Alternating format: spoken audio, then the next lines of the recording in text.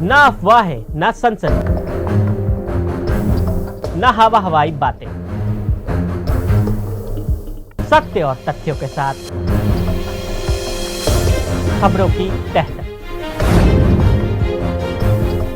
Houthi के हथियार बनेंगे मिडिल ईस्ट में यूएस और ईरान के भिड़ने की वजह।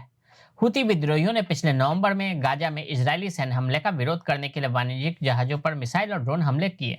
19 नवंबर के बाद से लाल सागर में जहाजों पर कम से कम 30 हमले हुए, जिसमें 13 में सीधे ड्रोन या मिसाइल हमले हुए।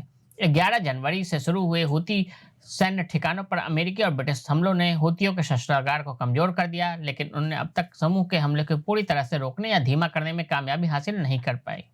हर किसी के मन में दो प्रश्न हैं। पहला यह कि हूथी कितना नुकसान कर सकते हैं, दूसरा यह कि वे इसे कितने समय तक बनाए रख सकते हैं। हूथी के पास ईरान के हथियार। एक नई खुफिया रिपोर्ट कुछ प्रकाश डालती है।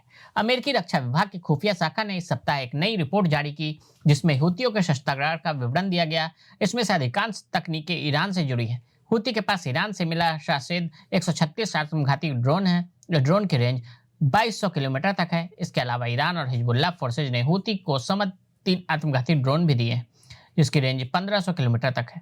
कासिफ 2 के ड्रोन भी हूथी के पास बड़ी संख्या में है और इसकी मारक क्षमता 300 किलोमीटर तक है। सरफेस टू सरफेस मार करने वाली मिसाइलों का बड़ा जखीरा हूथी के पास है। इसकी रेंज 1500 किलोमीटर तक है। हूथी को ईरान से क्रूज मिसाइलें भी मिली। इसकी रेंज 2000 किलोमीटर से ज्यादा है।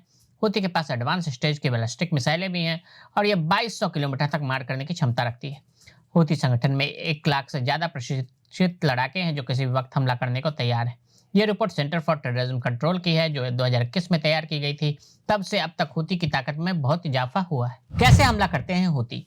मध्य पूर्व में अमेरिका के एक वरिष्ठ सैन्य अधिकारी की रिपोर्ट है कि ईरान के जहाज हूथी की मदद के लिए तैयार है। ईरान हूथी को लाल सागर से गुजरने वाले कार्गो शिप की लोकेशन दे रहा है। ईरान नेवी का युद्धपोत कार्गो के सिग्नल रिसीव करने के बाद उसकी जानकारी यमन में हूथी मिसाइल लॉन्च सेंटर को देता है।